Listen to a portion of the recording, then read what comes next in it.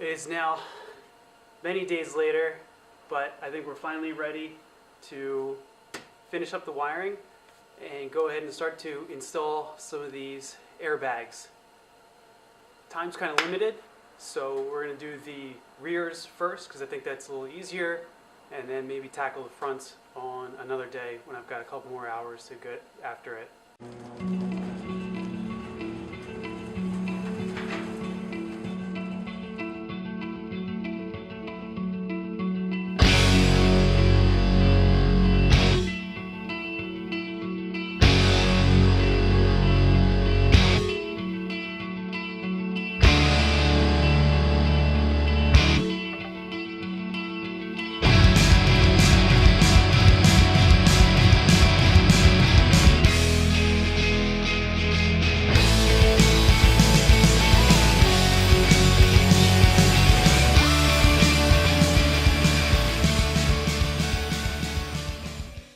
Before we get started, I just want to showcase how awesome the packaging is from Airlift.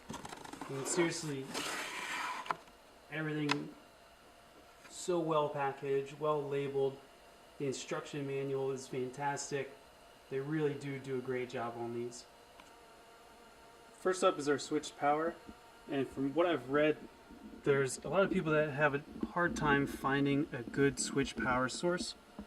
The key to it and what we're looking for is this little relay here. It says 643 on it. It's tucked in right next to this 40 amp fuse. That's what you want to tap, and you're looking for pin 85. There we are, we're tapped into the relay. Now we've got our switched power, and as you can see, I've left all the length on that wiring just in case we pull the management out of this car and stick it into something else. Probably when I get tired of this car in a couple months and want to switch to something else. Next up, we'll splice into the battery wiring, connect the compressor, and then that's it.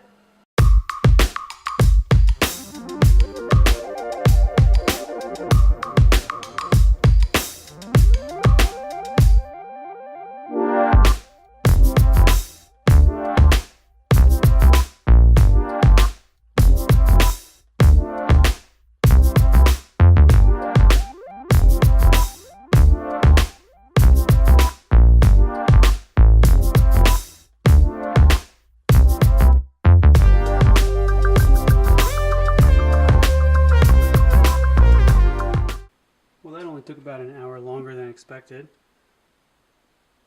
Good news, we are finally wired up, power's on, everything works.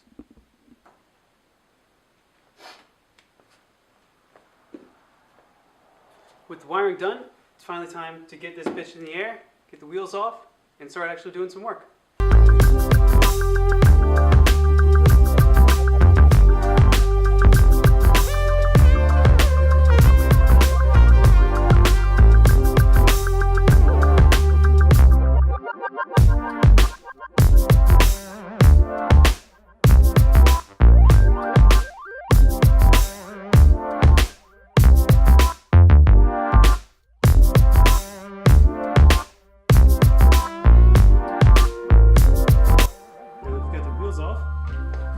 Next step, get all of that out.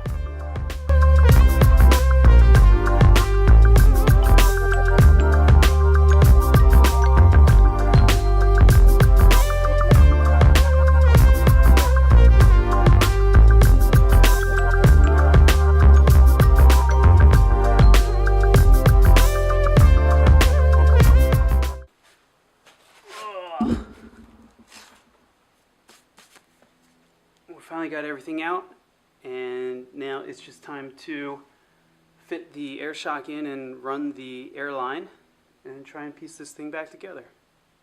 Pro tip, anytime you have your shocks out, replace the strut mounts. These things just go bad, they get totally gross, and the new ones are cheap enough, you might as well.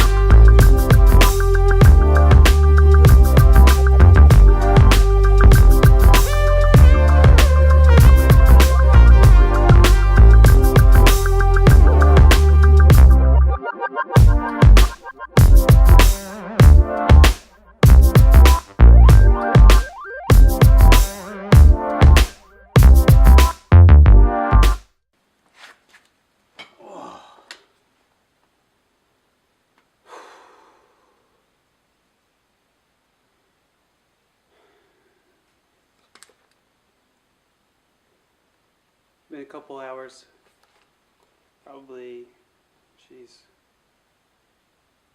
5-6 hours, 4 of which have been spent on 2 bolts. The lower shock bolt, 21 millimeter. Either I'm getting soft or these bolts are just super hard. The rest of it went together pretty easily. Got both bags, both rear struts in the car, bolted up, airlines ran, everything's working okay. All that's left now is just to try and put some more stuff back together, fill up the bags, and see what it looks like.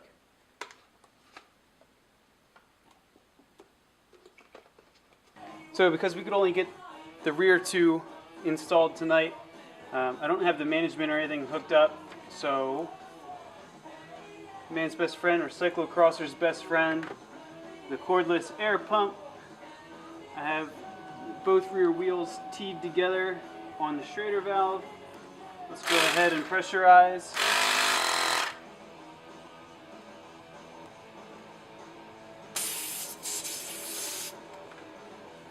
Alright, it's about 25 psi. Hopefully that's enough to get us back on the ground.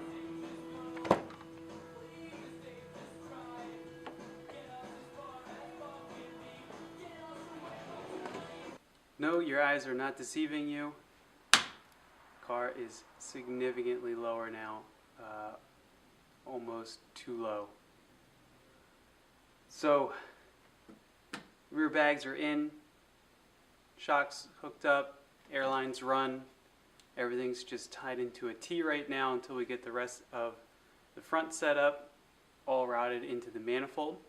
So right now we are fully manual in the back, and believe it or not, this is about 80 psi in these rear struts.